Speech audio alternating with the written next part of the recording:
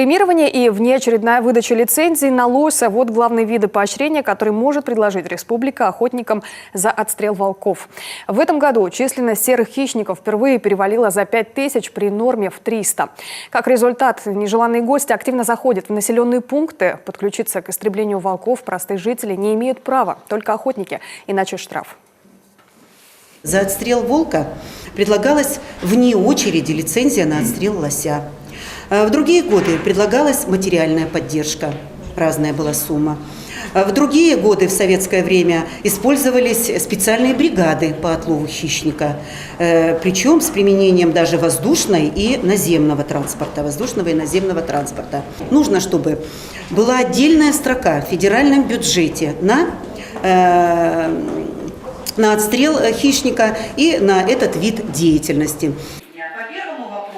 Восстановленная Минприроды, как стало известно на заседании Президиума Госсовета, решение выйдет именно в выдаче лицензий на копытных тем, кто отстрелит волка. Размер премии, который в 2014 и 2015 годах составлял около 3000 рублей, не покрывает даже затрат охотников.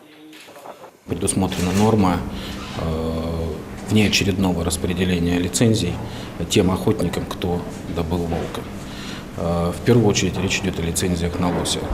В конце прошлого года, в декабре месяце, Минприроды России выпустила методические рекомендации, утвердила их своим приказом, где эта норма также содержится и ряд других норм, в том числе поощрение охотников для проведения биотехнических мероприятий, зимних маршрутных учетов.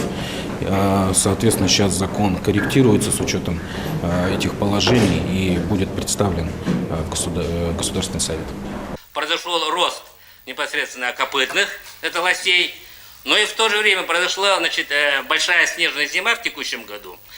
И домашний скот и собаки – самый наиболее легкий вид добычи для волков. Никаких затрат не надо. Пришел, зацепил, утащил. Вот это тоже надо учитывать. Понятно. Если была снежная зима, то волки бы непосредственно работали с копытными.